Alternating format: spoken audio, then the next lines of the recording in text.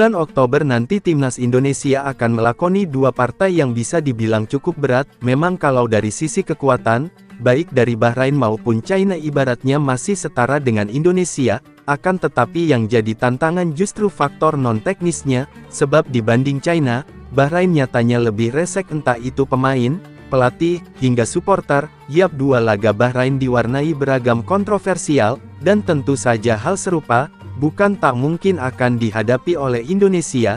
Namun berkaca dari apa yang pernah ditekankan oleh Pak Erick Thohir, kalau semisal Indonesia ini beneran dikerjai di laga awal, maka balasan pun siap menanti. Bahkan jika acuannya dengan aturan FIFA ataupun AFC, Bahrain ini bisa saja dikena sanksi, mengingat sebelum ini pun mereka udah punya rencana busuk dengan wacana memindahkan jadwal pertandingan ke siang hari, yang sudah dipastikan suhunya panas.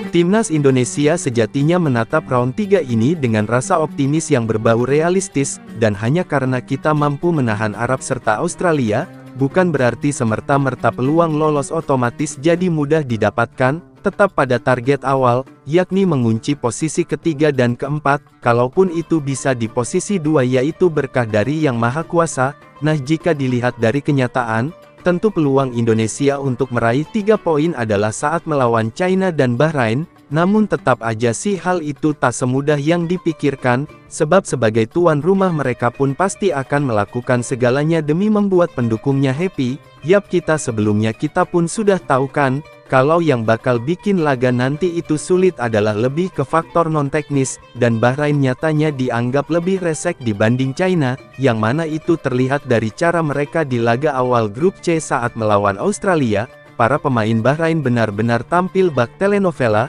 hingga sukses memancing emosi pemain Australia, sedangkan saat menjamu Jepang, giliran supporter mereka yang resek dengan mengejek lagu kebangsaan tim Samurai Biru, plus menyoroti laser ke Ayase Ueda, ketika akan melakukan penalti. Kemudian pelatih mereka, usai melawan Jepang secara terang-terangan mengejek Indonesia yang cuman bisa bermain imbang melawan Australia. Intinya Bahrain ini benar-benar dalam tanda kutip memang mengajak ribut Indonesia dengan gangguan yang direncanakan.